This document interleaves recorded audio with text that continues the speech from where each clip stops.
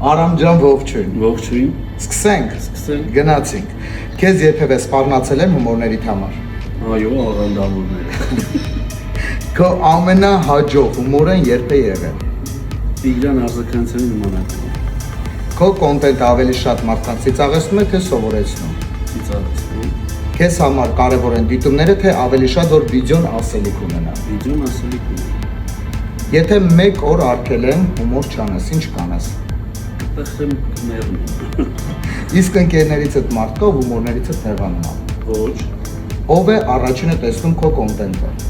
միայն ես։ Քո կյանքում ավելի շատ անկեղծ մարդիկ են, թե կեղծավոր։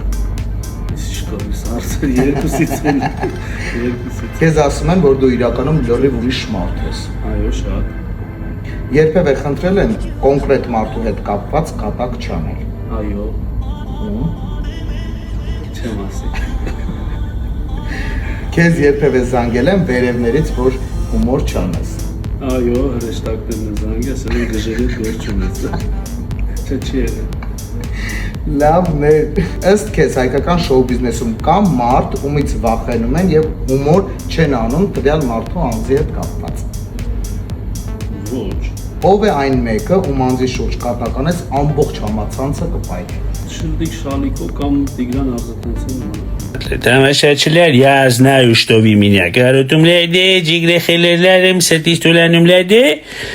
но Шалико с вами. Հայաստանում TikTok-ը քեզ համար գումար աշխատելու միջոց է, թե հարթակ, որտեղ կարող ես քո բիզնեսը ավելի ընդլայնել։ Ոչ, ոչ։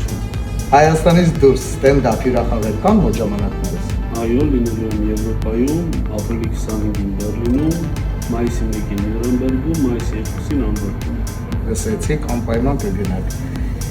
Կա բլոգեր, ում կոնտենտը չես սիրում։ Այո,